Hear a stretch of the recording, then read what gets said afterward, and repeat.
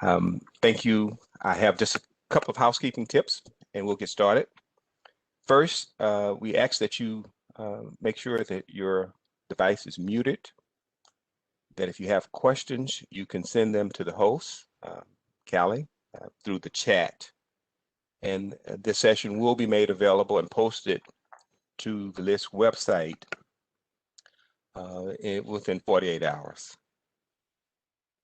I'm here today to introduce this webinar on affordable housing trust funds. But first, I want to provide just a little bit of recent history and put this discussion today into context. When Housing Our Future was launched in May of 2020, one of the primary recommendations was to identify an adequate and recurring source of funding for the City of Cincinnati's Affordable Housing Trust Fund. Recall, the trust fund was established in 2018, but it does not contain a regular and recurring source of adequate funding. As a comprehensive strategy, Housing Our Future was designed to offer sustainable and inclusive remedies to the growing affordable housing crisis. Housing Our Future made 40 recommendations for improving the production and preservation of affordable housing, as well as protections for vulnerable residents, and for changes to the systems which affect housing affordability. And this was all done in order to address this shortage of 40,000 units for our very lowest income residents in Hamilton County. These 40 recommendations also were designed to align with and to be implemented by the local stakeholders, developers, housing practitioners. LISC is leading this strategy implementation.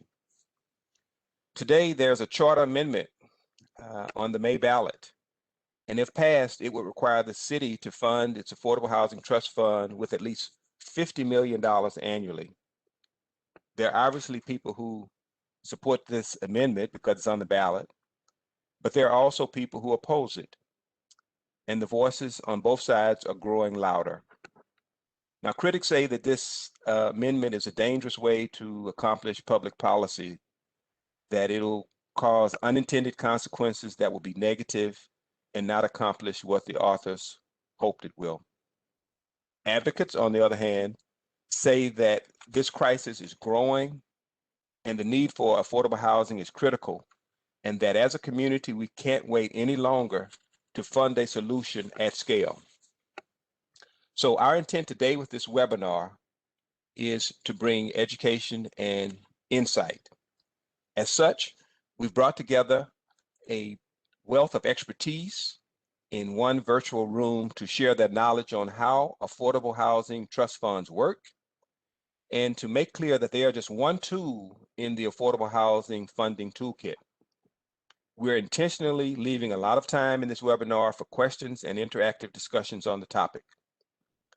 With the charter amendment looming on the May ballot, we are hearing that Cincinnati City Council will likely announce soon some actions that they're planning to take regarding affordable housing funding prior to May.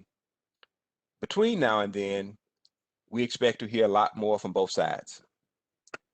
At Greater Cincinnati Foundation, we support affordable housing as an important component of a sustainable and inclusive community. We are aligning much of our work in housing and economic mobility, in racial equity and racial justice towards the Housing Our Future recommendations. As a funder of this study, it only makes sense that we would want to implement the recommendations. As I said in last month's webinar, Housing Our Future is a living document. It will be used to guide much of the work that we do at GCF. It aligns with our racial equity and racial justice work. It's important to us, and it's important that we solve this affordable housing crisis in a sustainable and inclusive way. Why, you ask? Well, I'm glad you did. Because it is disproportionately affecting people of color in general and African Americans in particular. To that end, we are raising $5 million in an impact investment pool to help finance pre-development of affordable housing units This is done in partnership with the Cincinnati Development Fund, the CDF. And at GCF, we will continue to champion solutions that are sustainable and inclusive, that bring together all of the tools that we have to tackle this crisis. So thank you again on behalf of LISC and Housing Our Future for attending today. Now let's get ready for a dynamic and interesting discussion. I will now turn over the webinar to Vincent Reyna. Vincent is Director of a Housing Initiative at Penn, or the University of Pennsylvania. He collaborated with the local steering committee in the development of the strategy, and he is a national expert. He will be our moderator today. Welcome, Vincent. Thank you for that kind introduction and framing, and thank you so much for having me here today. So I'll just offer some brief words, and then we'll jump into the content of today. Thank you for having me here. It's definitely a true pleasure and honor to work with many of you on the Housing Our Future strategy and to continue these ongoing conversations. As previously stated, COVID has amplified the very reality we know for some time. There's a staggering housing affordability crisis that disproportionately impacts low-income households and communities of color. The housing affordability crisis we are seeing long predates the pandemic and reflects ongoing natural retrenchment from housing and scarce resources often at the local level to address these issues. There's a clear need to provide housing assistance through vouchers, emergency rental assistance, and long-term rental assistance, but there's also a clear need for housing production, and production specifically targeted for low-income households. In Housing Our Future, we identified that there were 40,000 unit deficit of affordable and available units for extremely low-income households in Hamilton County, and at least 20,000 additional affordable units that would be needed over the next 10 years.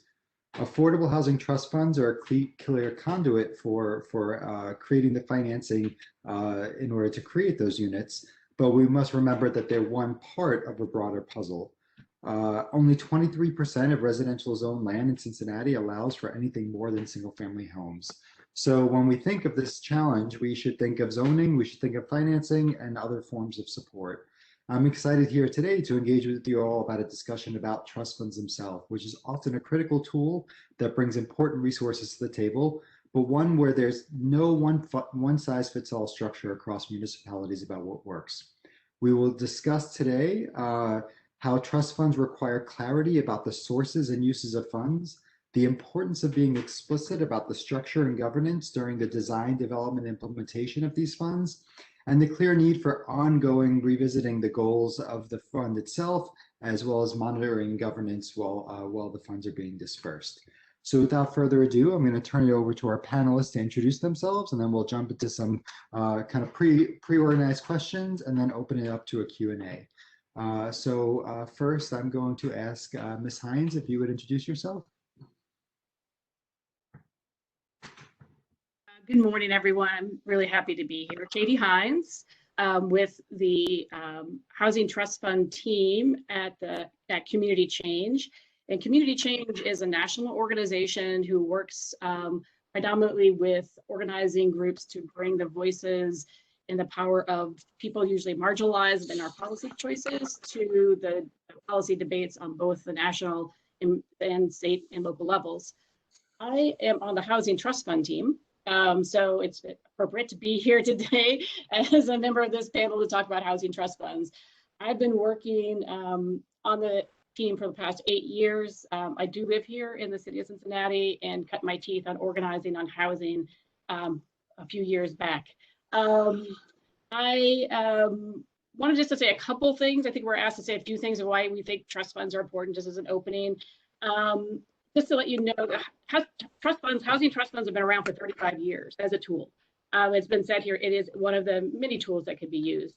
There are over 588 housing trust funds in cities across the country, 588 in cities across the country. That doesn't include counties, that doesn't include states. So that's a lot of housing trust funds. It's a well-used tool. When used well, it can do a lot of good in the production, preservation, and keeping people in their homes. What's important about housing trust funds over the last few years has been that as the federal government has gone backwards in funding housing and defunding public housing and making vouchers harder to get, Many localities and states have been stepping into the void to figure that out.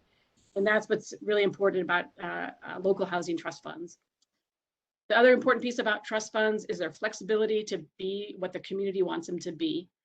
And it really depends upon that community. So it can be very flexible to what the needs are there.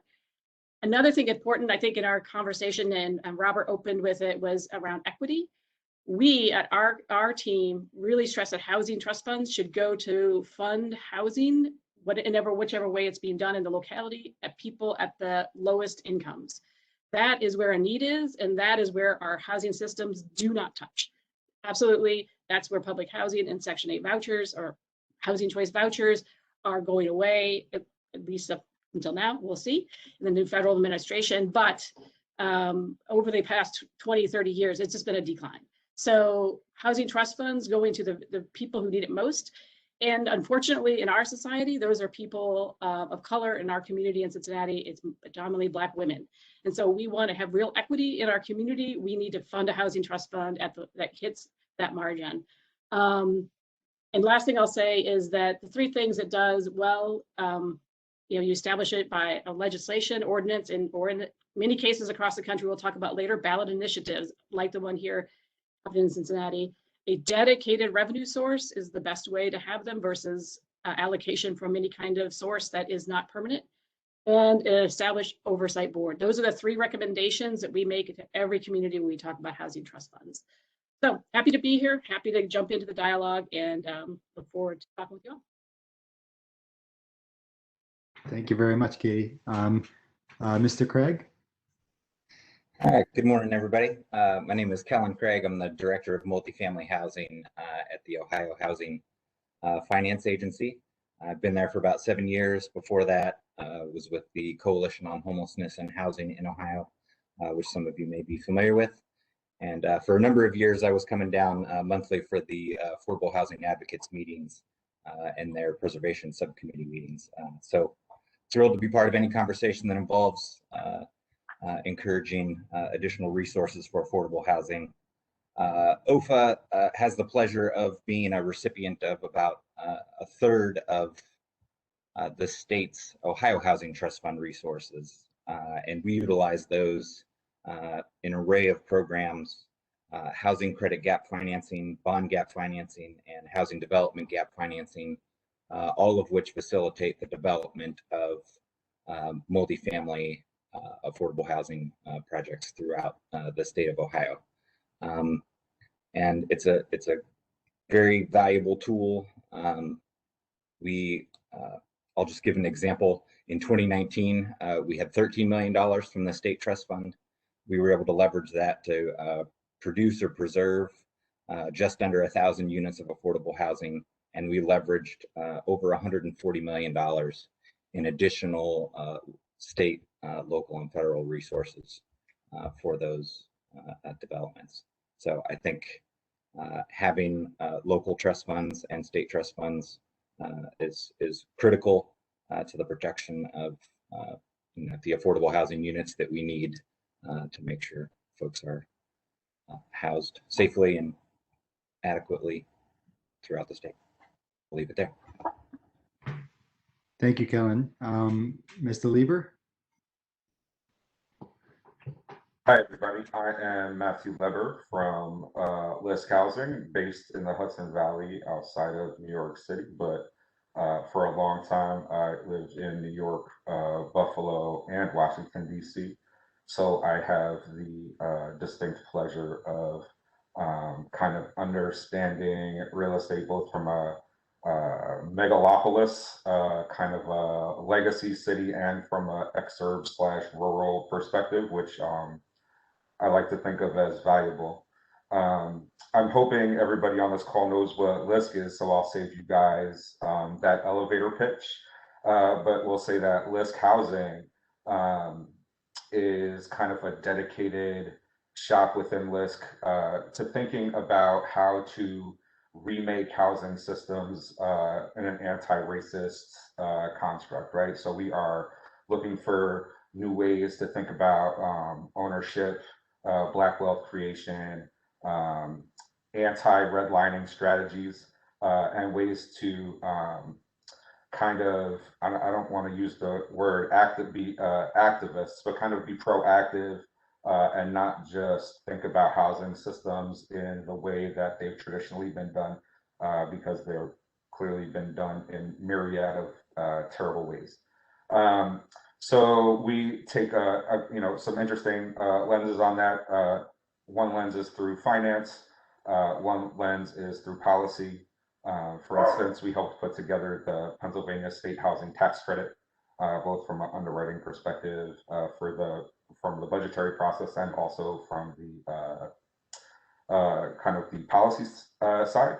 And then also, we're also a bunch of housing policy nerds that are kind of dedicated to helping our almost 40 offices now think about and effectuate their housing strategies. And I'll wrap this up quickly just by saying, as it pertains to housing trust funds, specifically, we've seen them across the country done in lots of different ways. Charlotte has done, a bond referendum. We also see places like New York, which takes its LIHTC fees and all of its associated fees through its housing finance agencies and use that, to help capitalize an annual housing trust fund allocation as well. So states and cities have different ways of working on these. I think with inclusionary zoning and mandates for affordability, it's important that municipalities have capital to back that mandate and to help get what I like to call the time value of units, which is a unit today is more viable than a unit tomorrow, and getting those units in the ground. And to avoid things like Portland, where people pulled 5 years of building permits the day after or the day before inclusionary zoning went into practice. So I'll stop there. We're a bunch of housing nerds. We're happy to be here and help discuss this in Cincinnati. Thanks for listening to me. Thank you, Matthew. Ms. Newman?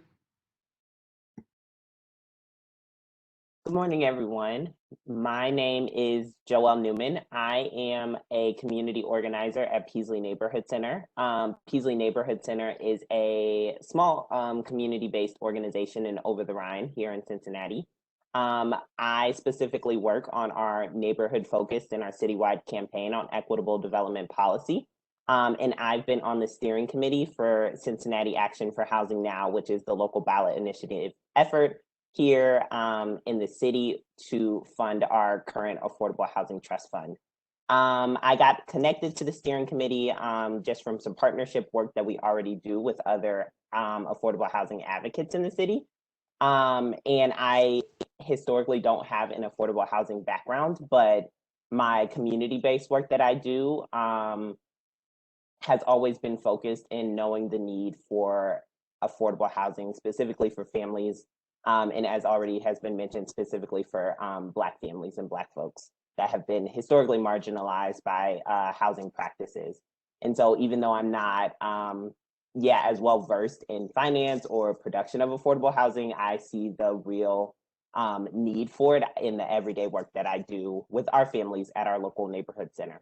And so I've been excited to be a part of this initiative. I've been excited to get out into the community and hear the stories of folks who have been supportive and who have signed the ballot initiative to get it on the ballot. And I am excited to share some more of that work with you all today. Thank you, Joelle. And Mr. Strauss. Hi, I'm Matt Strauss. I come to this discussion as a member of the campaign committee, and I come to that as a board member of the Affordable Housing Advocates. I've spent 20 years doing community development on the neighborhood level. Now I'm working on eviction prevention and helping people affected by the pandemic keep their homes and keep their lights on and the water running. And I would, to me, the most significant issue with the Housing Trust Fund is that this is a way to mandate that funds go to a place that is actually needed. Far too often we're finding people coming up, council and other state and local, well, mostly local government saying, okay, we're here to help for affordable housing, and then we're finding that it's a small amount thrown to the upper income folks of the affordable community, and really nothing is being done for people in the greatest need. And this is why we've got a crisis, and this is why we've come up with a solution. The idea is to mandate that this money goes towards the people in the greatest need, because we understand it is really expensive to create affordable housing. And so this is a way to come up with a meaningful amount year after year to attack the problem meaningfully. So I'm happy to be one of the folks working to make that happen. Thank you, Matt. So those are our wonderful panelists who will be sharing their thoughts today. And so we have some pre-organized questions, a little bit about kind of the purpose and use of Housing Trust Fund dollars, best practices, and advocacy and funding around them as well. And so I'm going to start us off by asking, Katie and Matt Leber, what are some key elements to be included in enabling legislation for housing trust funds? Matt, I'll go first and then you fill in after. And I think we can handle it here. So the things that I think are the key things I kind of mentioned at the top, there are 3 areas of getting it introduced in a public place and jurisdiction, having a dedicated revenue source, and having an oversight board of citizens who are experts. And when I say experts, I don't just mean housing experts, but also people with lived experience with the housing issues. So to unpack that a little bit, what we recommend when people are introducing ordinances is to not have them be over-constricted, that it can't be flexible, because that's the beauty of a housing trust fund, is it can be flexible and go to the need. For example, I work with folks in Baltimore who passed a trust fund, who, when the pandemic hit, they moved it to being a lot of rent relief. I mean, a lot of times it's for production and preservation, and that is what's needed, as we talked at the top of the call here. But also, if you're flexible enough, it can then go for things that are immediate needs, right? So that gets me to the oversight board that is full of folks who are experts in the community, whether they're, again, people with lived experience or in the housing industry. And that is because they can then know what the needs are and then adjust those as it goes along. And they can also understand the projects that are coming forward to them and be able to help the jurisdiction or whoever the housing trust fund is under, in this case, the city of Cincinnati, these are the best projects, but again, be able to flex what those are from every year, 3 years, however long that board decides, and be able to be really responsive to the community. That's what's really is a beauty of the Housing Trust Fund. One other thing I just want to put a point in, and pull back and fill in, is I said again, the place where we always recommend is that money would go to those with the most need, and that is the 0 to 30% of the area median income, because that's the folks that are not getting the Housing Trust Fund. If you know about the National Housing Trust Fund, the National Housing Trust Fund also targets that the majority of funding to go to that level, as the National Low Income Housing Coalition and many other researchers out there, policy folks, are like, that's where the need is the most across the country. And that's true here in Cincinnati as it is everywhere else. And Matt and Joelle can talk to this, but my understanding is the Housing Trust Fund initiative here does that exact thing, where the majority of the money is focused there, and then the rest of the money at 50% of the American median income. Because we find that housing, as Matt Strauss said, is expensive. And if we want to produce it, we have to be able to subsidize it at a level where people could actually afford it now.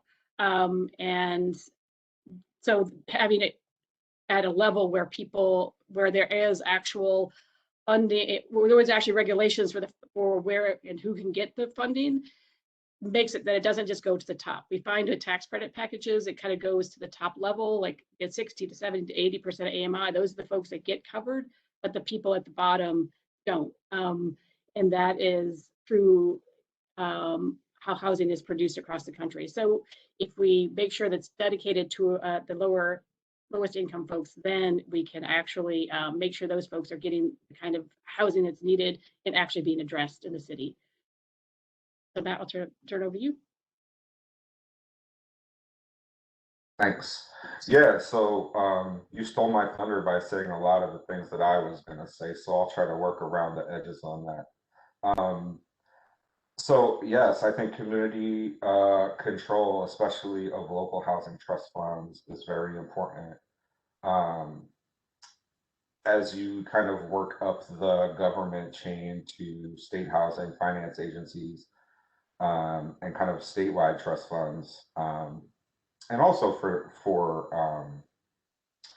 local ones, you know, trying to align that capital with existing housing capital, whether that is,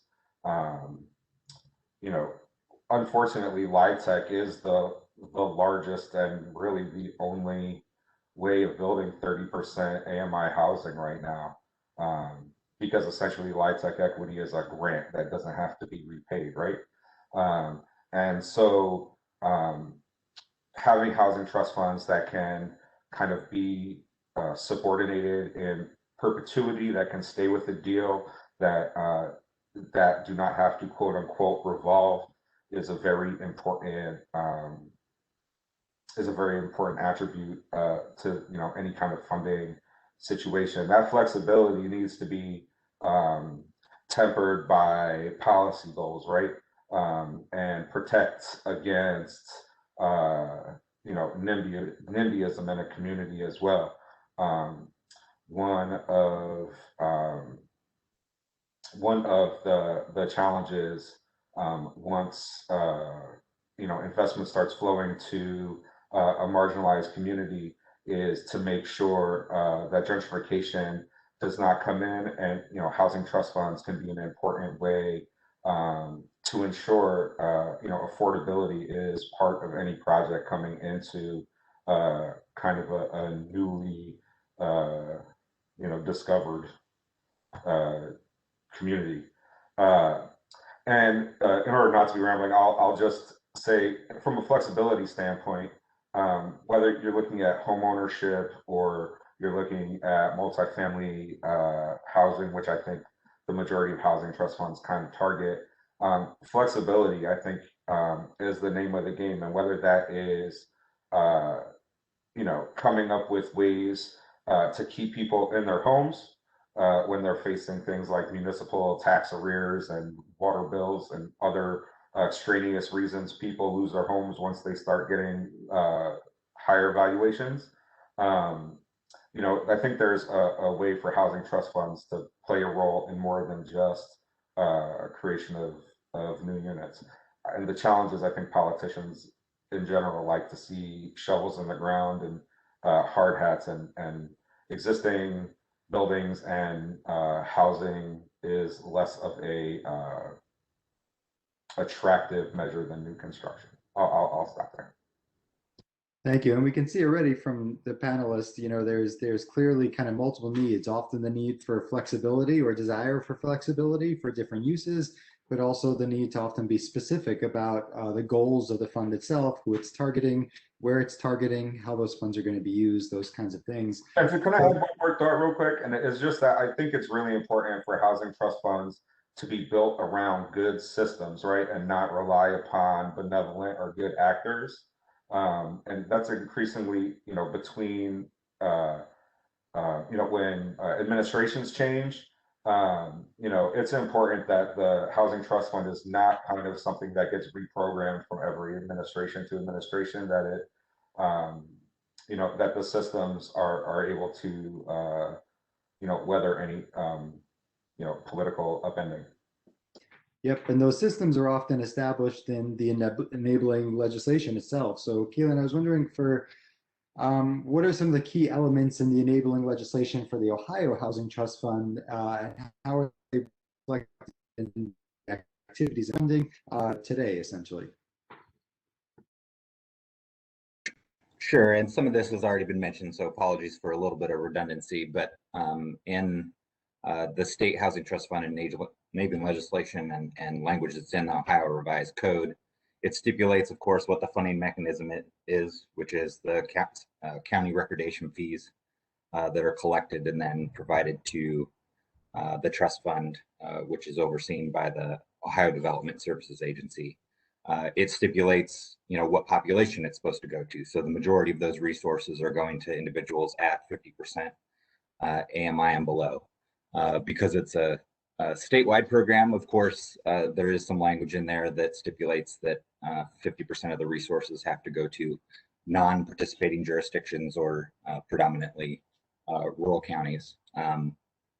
So, there's a number of, those things that are in there. Governance, of course, is key.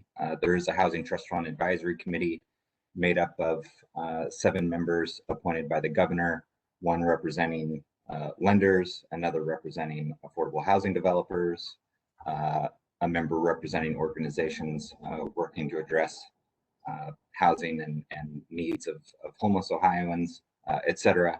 So all of those are laid out very explicitly. And then it can be helpful. I know there's this balance, as you said, between flexibility and making sure that resources are getting used appropriately.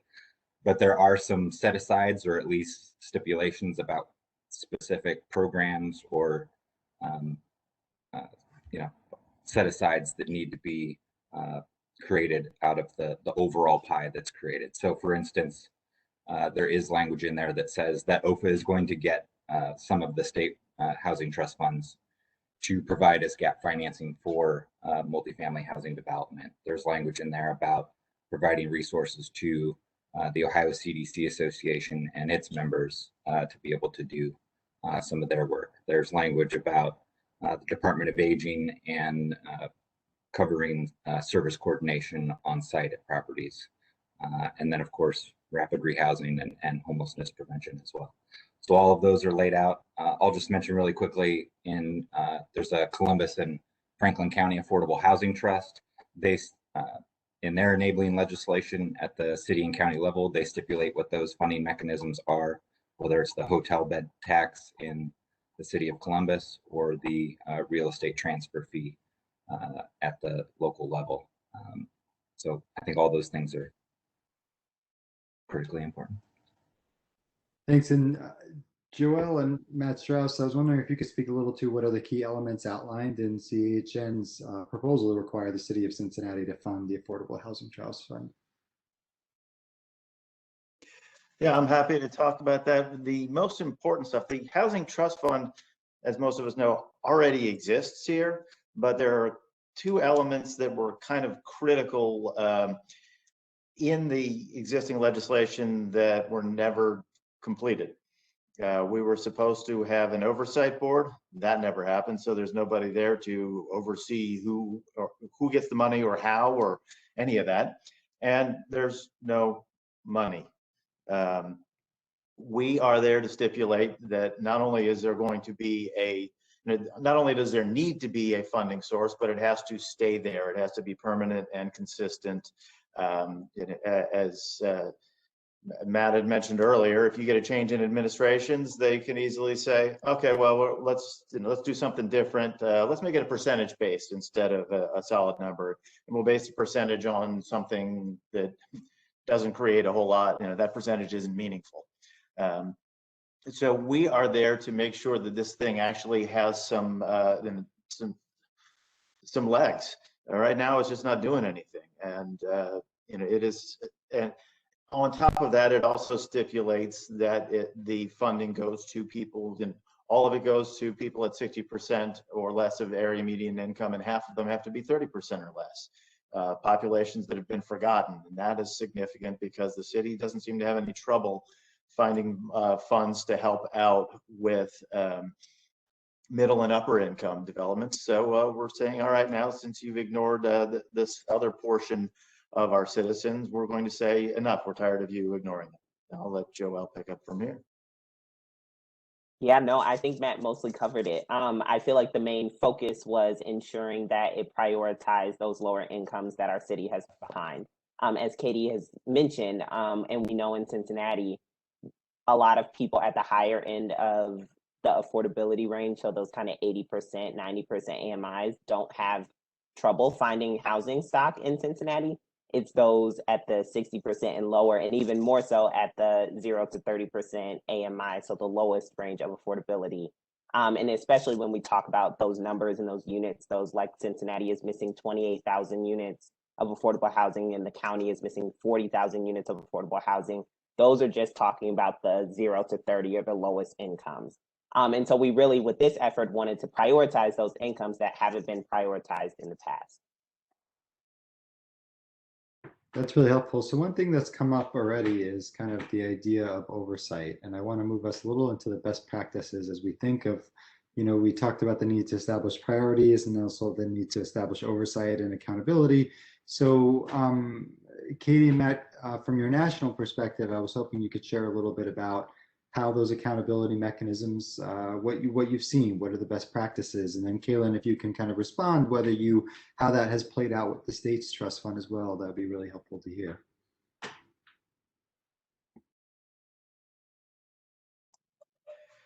First this time? Go ahead, Katie. Okay. Unless you'd rather I. No, I'll jump in. So I think the best practices is an establishment of an oversight committee that is made up of people in the community who do the affordable housing work and who are most directly, directly have the knowledge about it. Some of the best groups I've seen have been, not only having people who are in real estate and development, but also have people who are in the services and people, as I said, the other experts that we tend to ignore are the people with actual lived experience, the people who know what's happening on the ground. And that mixture of people helps to be able to do the proposals and think about what the priorities for the year and make those changes. Usually those oversight boards are staffed by the jurisdiction, so it comes through the city staff or the county staff or the state staff who will be working with that advisory board and being able to lend what other resources that have been out there that some of the things that a citizen may not know, which is like how to make an RFP or a NOFA, right? So that cities already know how to do that and can help the citizens do that part.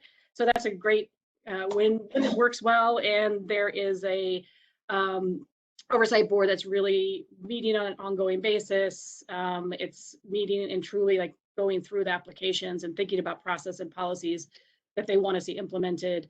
And there's that continuous loop. That's good. I think some of the obstacles is when it becomes an appointed board that's full of patronage, that is about, people appointed by city or county or officials to sit on a board for positions of power, right? So it really is about a power and about citizens actually having and power sharing with citizens who know what is happening in their community and trusting those citizens that they are actually for the best interest.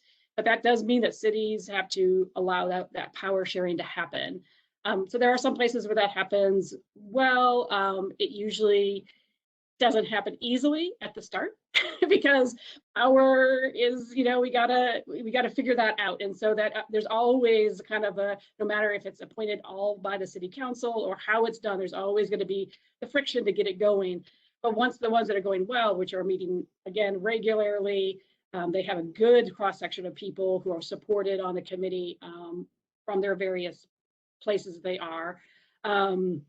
And that they're trained and educated well on what is available, what they can do. There's more questions about leverage and all these other things that can be complicated if you're a citizen and not in the industry. So if you train folks and make sure they understand, my work with folks in Baltimore, for example, the community groups really just basically did a school for everybody. They appointed. We went to school. They taught each other like what all those housing words mean that your average citizen isn't going to know, that they're not already doing housing finance work or whatever. And so it's like they invested themselves into how their folks would show up at that board so they could be on an equal playing field. So those are when it works really well. People get well trained. It's seen as a power share, and also seen as it's good for the oversight board to be these citizens who understand what's going on in their community versus a power struggle. That's when we can see the obstacles around money. With money comes some power struggle. So we have to kind of figure out as a community how to balance that and how to make sure that we're actually pulling for the best of the community. And so that's use the best oversight boards. Joel, I actually was wondering if you can speak a little bit to that as someone on the ground working, with the community, thinking of that. And Matt Strauss, you can speak to this as well. I'm wondering, what are your visions as you kind of, or what do you think of when you think of this oversight, and particularly hearing these kind of thoughts on national best practices and approaches? Yeah, I think the point of prioritizing local expertise, but then also lived experience is an important one. And I feel like with this initiative, that's really what we try to do. Specifically because we have 2 seats that are dedicated. One, as has been mentioned, with the current way that housing affordability, like this level of affordable housing is produced, it's mostly renters. So one of those seats is dedicated to someone who is a current renter. And then also dedicated to someone who has experienced homelessness.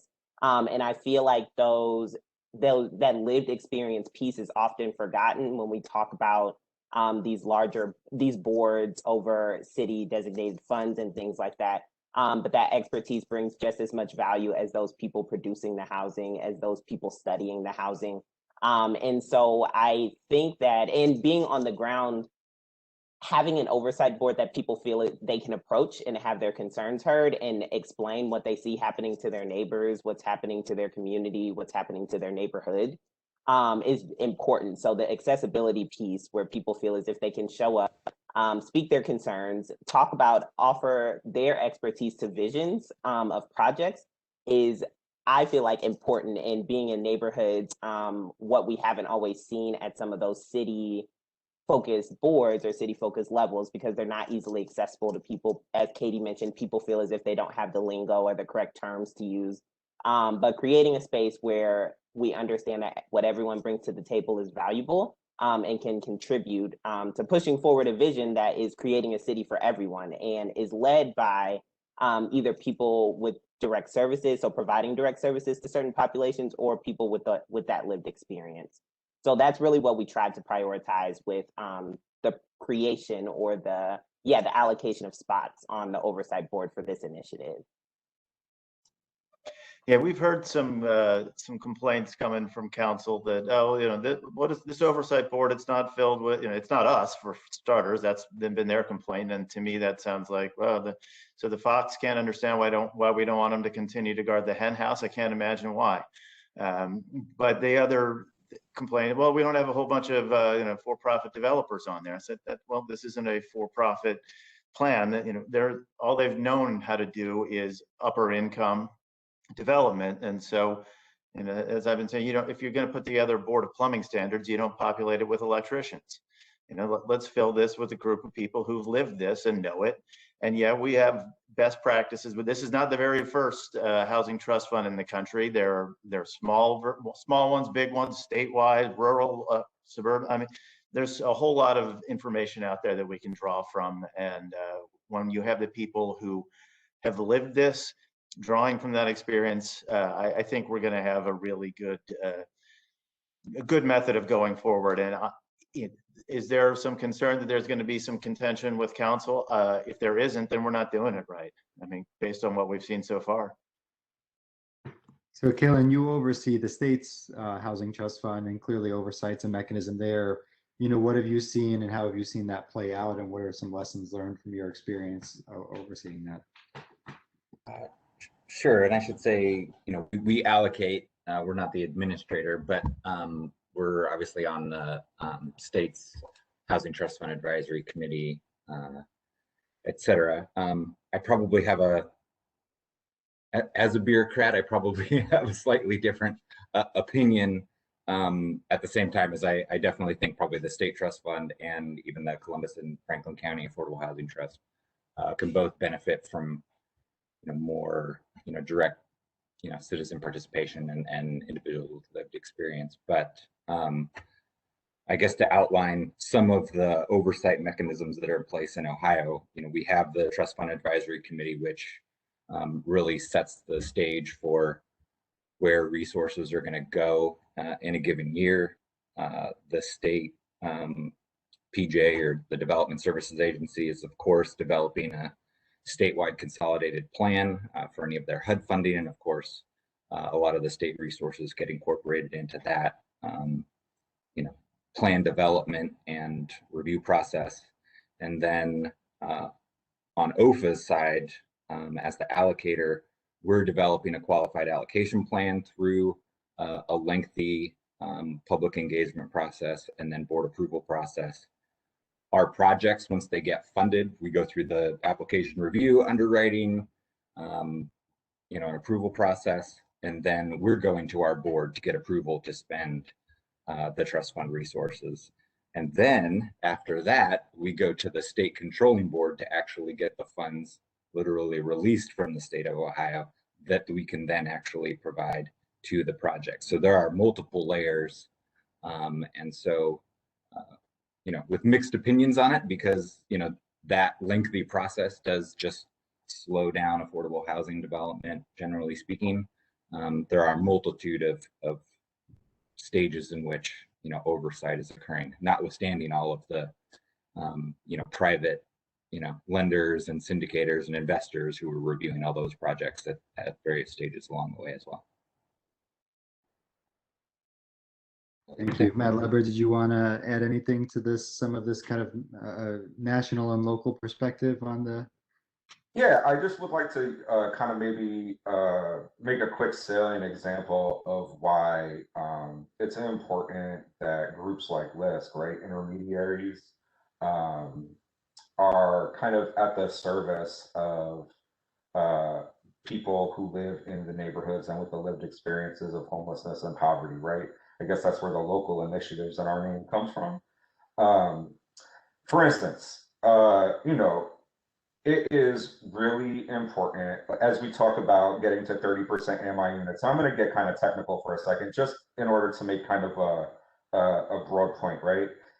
Everybody wants 30% AMI units. They're super important. They're the missing piece to a large chunk of America's anti-poverty program, which is why the Biden administration talking about fully funding Section 8 was just like such a big deal for people in the housing industry. So wanting 30% units and having money in a housing trust fund to get the sticks in the ground is one thing, right? But let's be clear, once you throw any kind of services in that building, it's not going to cash flow. And there's a good chance that if you were to do 100% of a project or 50% or some large portion of a project at 30% AMI, those projects need operating capital and operating subsidies for the long term. And so building things that we can't fund is kind of a double-edged sword. We're also seeing, we see the legacy of that in some of the buildings we repurpose all the time. Legacy 202s that are in shambles, that have 90-year-old, single entity boards. And so I think it behooves us to think about when we're putting together local trust funds, thinking about, this money, getting it in the ground, but maybe we need to be able to program it for long-term support for these buildings as well, whether that's a sinking fund for operations based on underwriting for 30 years, whatever it is, whether it's being able to get some project-based Section 8 vouchers, whatever it is, right? Like the technical knowledge that has to be brought to bear in these instances is real in order to make sure that we are affecting communities' visions properly. If we promise people 30% AMI units, but don't have capital to back that up, we're lying to them. We're selling them either a bill of goods that we can't deliver on, or a short-term bill of goods that is only good for a period of time. Because inherently those projects are going to need operating support. And that is that's part of the ongoing challenge we face as an affordable housing industry, is delivering the message both to policymakers, to state level funders, and to our representatives, that it takes real dollars in the long term, not just to get buildings in the ground, but programming these dollars, not only for preservation, but for long-term operations as well, is really paramount. Any supportive housing developer will tell you that operating capital is what keeps them from being able to throw up units at any sort of reasonable clip to meet the need that we have as a country. So, I hope that didn't take us too far afield from what we're talking about, but it's really important that organizations like LISC, like other intermediaries, bring their technical knowledge to bear on behalf of these residents to empower these communities, because the technical, the in the weeds stuff that we like to gloss over at meetings, and leave to the people doing the real work. That's the stuff that really makes sure that what we build is sustainable and real. Yep. And you raise a really important point here, which is not selling housing trust funds as the solution for all our housing affordability problems and challenges, acknowledging that it's an important tool, but one of many that has to leverage others, right? Particularly when you're trying to serve extremely low-income households, where by simple math alone, even if you essentially have zero rent and zero costs, a low-income household could be housing cost burden just by utility costs and maintenance costs alone, right? And so kind of thinking, even if a building has no mortgage, yes. Even if a building has no mortgage, like if it's built entirely with soft funds, Yep. and it's all for 30% AMI households, that doesn't mean that building is sustainable just on its face. Yep. Exactly. Yep. So in bringing us to the math side of things, there's clearly the math side of trying to figure out how you fund housing trust funds, right? And so I want to kind of transition us a little bit to funding mechanisms for trust funds, and wanted to ask, Katie and Matt Leber again, when you think of funds, what are some sources of funds, and can you speak a little bit to the importance of establishing reoccurring dedicated funding sources for housing trust funds? Katie, do you want to go first again, since I just took up Matt Oxygen? Sure. I mean, I think to Matt's point, being creative in this time is what's important, and being bold. One of the things, I'm going to go a little bit off the question and come right back to it, because this is one of the most important pieces. But right now, one of the things our organization did, along with a couple of the national organizations, was some research around housing and how people feel about it in this country.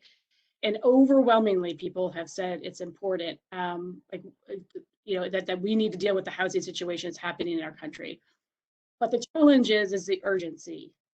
So it is our role to talk about urgency as housing advocates. The folks who are experiencing it on a daily basis, it's urgent to them every day. And by the way, that's why it's important that they bring their expertise as oversight boards. We can have long, drawn out processes because we may not personally be affected, but we have somebody sitting there who says, no, we can't wait for 12 months. We have to do this now, right? That just puts urgency there.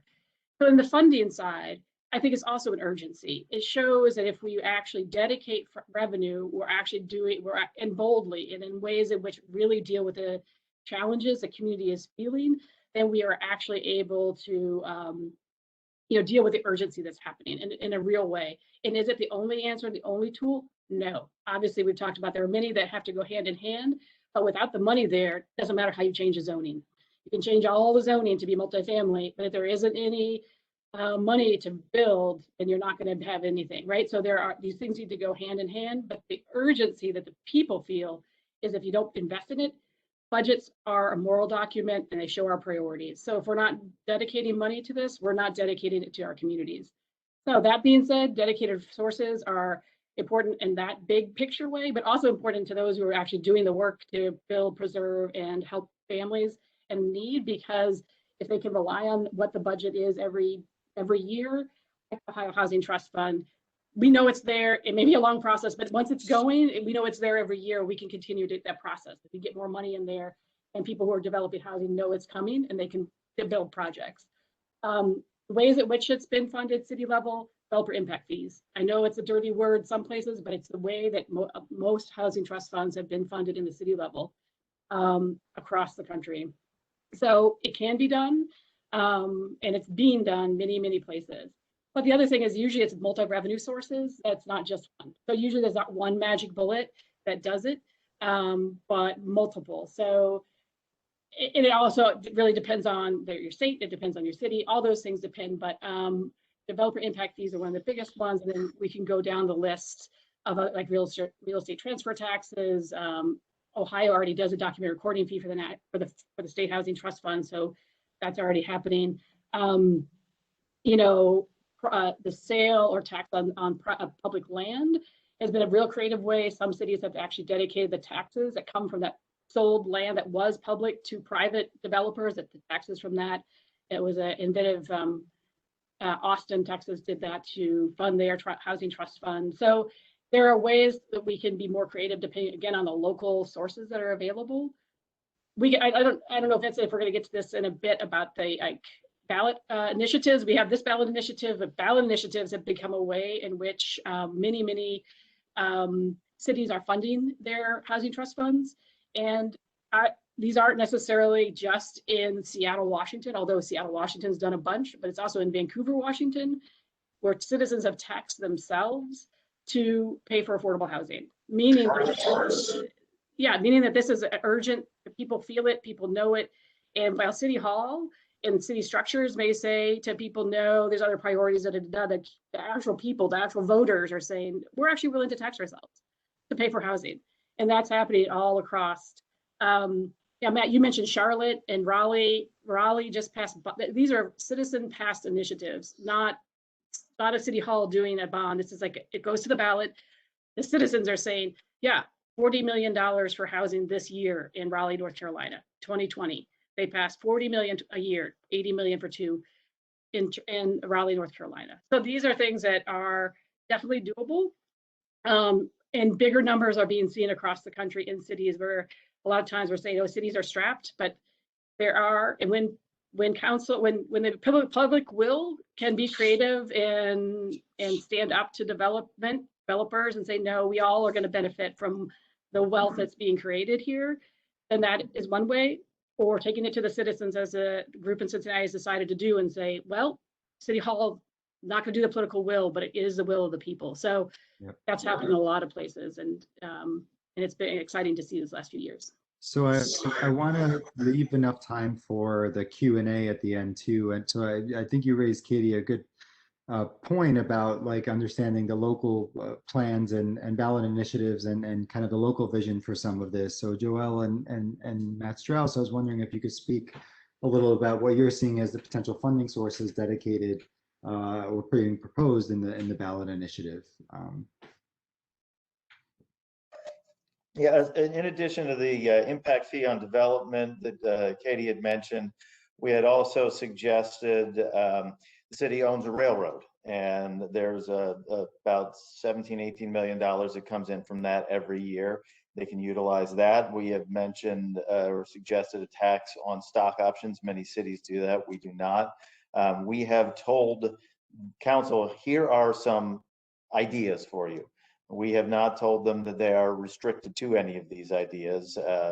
So I find it more than a little concerning that the conversation that the city has been trying, they've been trying to steer the conversation to say, well, no, this is requiring us to take $50 million out of everybody else in the budget's pots. And that's ridiculous. We have said create revenue. They never ever seem to have trouble finding money when somebody needs a new stadium or the banks or any other of these fancy things. They can come up with this stuff really easily. I don't know why all of a sudden, when it comes to the to the needs of people at 60% or below very median income, suddenly there's no place to find this money. There's no creativity, and everybody just needs to get laid off. I don't see how that is a reasonable stance to take. There are plenty of different ways that other cities have suggested. Our ballot initiative gives a few ideas, but leaves it open to. Yeah, and I think the only thing that I would add is what Katie said is that a city's budget reflects its priorities. And so simply because there may not be current political will to prioritize affordable housing, we know that our neighborhoods and our neighbors and our communities are feeling the pinch of the lack of finding housing that they can afford. And that was clearly stated with the over 9,500 people that signed our petition to get it on the ballot for May. And so we are creating the needed public pressure to ensure that our city puts the money where the people's needs are and where the people are adamantly saying our needs are. And so we have been creative in thinking about opportunities to fund it and not simply falling back on that we have to take it out of the budget to where we are creating more harm than we are good. And so even though those talking points are coming up, that is not the position that our initiative has ever taken, and is just a positioning of fear that is trying to be created within the people, even though the people know what is real. So.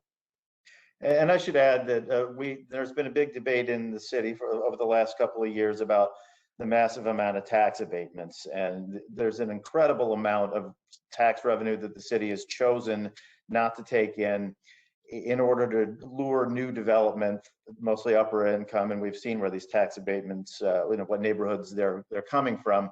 If they can revamp that, the amount of tax revenue that would come in can easily cover this. But again, this is helping these large, wealthier developments, and they're afraid to poke the bear. So I want to, there's a lot more questions I can kind of keep asking from you all here, and maybe we'll weave those into the Q&A, but there's a lot of questions coming up in the Q&A as well. And one that I think is an important clarifying question, and it'd be helpful to kind of hear about how this is structured at the state level and also in other places is, someone asked if 50,000 were being dedicated to trust fund annually, would it be intended that the entire 50 million rather be spent, invested in affordable housing in that year?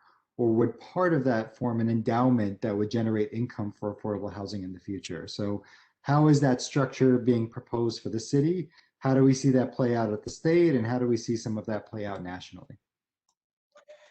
Based on how quickly money, federal money that comes into the city gets spent, I can't imagine that it could get spent the same year it came in. Quite frankly, anytime there's an affordable development or even a moderate income development program, I've seen the city law department, which is probably going to have to get involved in this, take 2 years to put together a contract. And by the way, for the administration of this, the oversight board, when they're creating staff to handle this, I would love to see someone dedicated in the law department just to the contracts for this, so that we're not sitting on these. I can see that as a good use of that funding and a great way. I can also see the politicians possibly letting things go to the law department to die, to say, see, this is a bad idea and it's not working. And so I can't imagine it. I don't know that it stipulates it, but I can't imagine funding for basically a ship this big could possibly get all spent in a single year.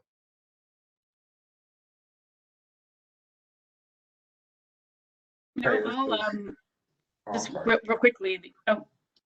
Just real quickly, I think that most of the housing trust funds have a thing that if they don't spend it, it rolls over. And I believe this one says too, so that it doesn't go away. That's like get swept into another budget. Yeah, one thing on endowments, I mean, it's sure if over time, but I don't think that's the purpose. The purpose is to get it out the door. Not, again, there's leftover funds like Matt, it just takes time, blah, blah, blah. The bureaucracy that happens, that needs to happen, just doesn't always happen in a calendar year. So sure, some rollover, but I think it wants to be spent, and those are usually how they're spent. I think there is some people who talk about private funding and who talk about like philanthropy or private corporate funding. And to Matt's point earlier, that Matt Lieber is like, he said that having a dedicated source is a good thing because then you can plan for it and not be at the whims of a political will. But also when you have private dollars coming in, great, private dollars, love it. But we know that private dollars are also at the whim of whoever's in control of those private dollars. That board or that CEO could decide that tomorrow it's puppies and kitties shelters that they want to fund and not people, and that could just go away, right? So that's why it's important that the fund be there, and that it be able to also, one of the things that this fund could do, and many funds do, is help build capacity of local organizations to do the work. so that the people out there who are right now development corporations who are only able to do a few things every year because their capacity is low, the fund could be used potentially to help them build capacity with folks like Matt and the LISC folks, the LISC housing folks, right? So that they are able to do more. So that's another way the fund could be used as well in a flexible, and especially the first few years as it gets capitalized and moves forward.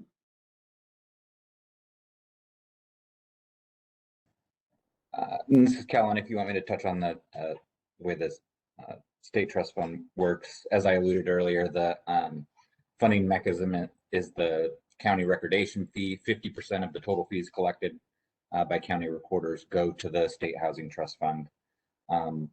That is, I mean, it's ultimately whatever is collected in a given year is what goes into the trust fund, which has its pluses and minuses. If it's a really good year, it's great. If it's a lower year, it can be a little harder to anticipate your ability to spend. But I guess I just want to say that there are different ways that it could be structured to be able to get loans repaid. I mean, at OFA, we're the only entity that is a recipient of trust funds that puts money back into the trust fund every year, because we structure our products as cash flow loan repayments or forgivable loans. But I don't think that local trust funds have to limit themselves. I'll just mention really quickly the Columbus and Franklin County Affordable Housing Trust. They do about $20 million in annual loan volume and have about 85 million in assets. And they have actually created a 501c3 entity and become a CDFI. And that has enabled them to generate a whole bunch of additional investment from other institutional lenders and investors in the community. So Huntington Bank has $40 million in the local trust fund. L Brands, Nationwide Children's Hospital, or Nationwide Insurance, sorry. NiSource, which is a former energy conglomerate that was part of a Columbia Gas. So I know that the loans aren't going to be the thing that's going to enable the deeper targeting, but it generates a whole bunch of other capital that can still address affordable housing needs, so that a portion of the trust funds that you're using can really do that deeper targeting capital to do the 30% to 50% AMI, folks. Can I just add quickly, just to address, I think, a portion of the question that we didn't hit on. I think as you see a lot of municipalities making forward commitments on their housing trust fund monies. So, even if they're not going out the door this year, they're committed to projects that are breaking ground the year after, or the next 18 months, or whatever the local stipulation is for that. And so in that way, they show housing trust fund committed. That gets hopefully people on board for the next referendum for a bond. But that's typically how we see that happening. And everyone else already touched on the fact that things like loan fees, developer fee, developer impact fees, there are kind of ongoing mechanisms for creating kind of like it's not really an annuity, but for ongoing kind of deposits into the trust fund. Sometimes the state will just go out and as general bonding and bond for it and then throw it in the housing trust fund. But I think it's really important that that capital doesn't only go to LIHTC projects. And I've been thinking about this a lot recently, in that there's the 2 to 4 family space that's kind of like the single family traditional space, and then you have your LIHTC multifamily. But in a lot of communities, like a $60 to $125 million or 160, 100 unit LIHTC project, comparable cost, is not something that a community can absorb just to lease up, right? And so the ability for these monies to be put into 12 unit small projects, maybe where it's the only source of capital, I think is really important to get at, old main streets and smaller villages and kind of town centers outside of even your first and second tier cities, right? If I'm a New Yorker, I'll take a New York centric view of this, right? Not New York City, not Buffalo, not even Albany. I'm talking about like the Jamestowns, the Elmiras, the Binghamtons, right? And the Poughkeepsies, 30 to 50,000 people, ex commerce centers, and smaller places like that. The ability to use housing trust funds for small projects that don't necessarily kind of leverage funds that can't necessarily afford a mortgage, not necessarily because they don't cash flow, but because nobody makes 30-year mortgages on 12 unit commercial buildings, right? It's really important that these funds can go to projects that aren't just, large developer-led projects. I'll be quiet now. Yeah, no, that's really helpful, and I think it connects. There's a comment in the chat about the need to also focus on the preservation of existing housing and existing lower cost housing that is often affordable or somewhat affordable, or could be made slightly more affordable, but needs investing in, needs capital, needs maybe commitments to long-term affordability as those investments are made.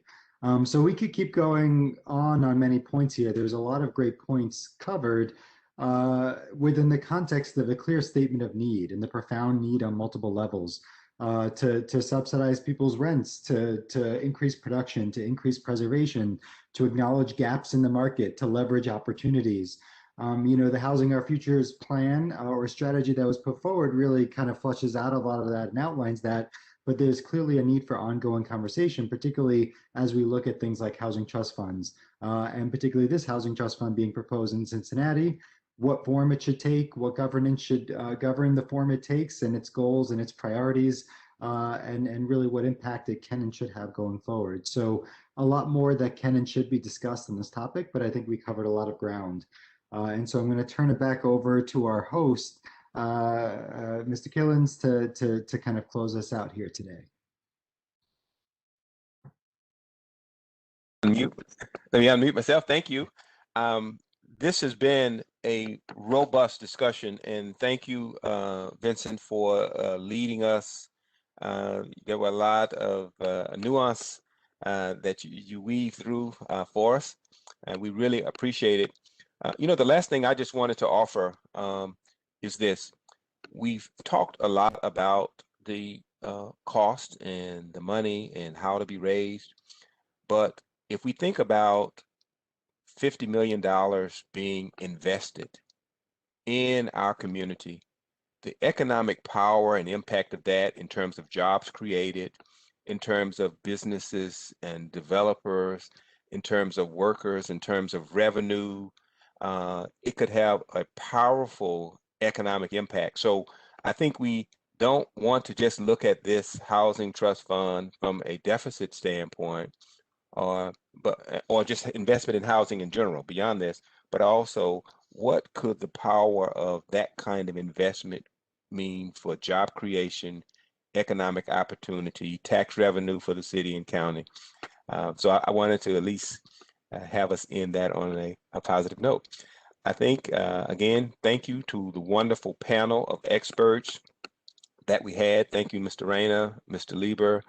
Thank you, Katie. Thank you, Joelle. Thank you, Matt. And thank you, Kaylin, for all of your expertise today. In behalf of LISC and the Housing Our Future Steering Committee, thank you for coming. And again, just one final point. This webinar has been recorded and it'll be up on the LISC Cincinnati website within about 48 hours, if not sooner. Thank you all.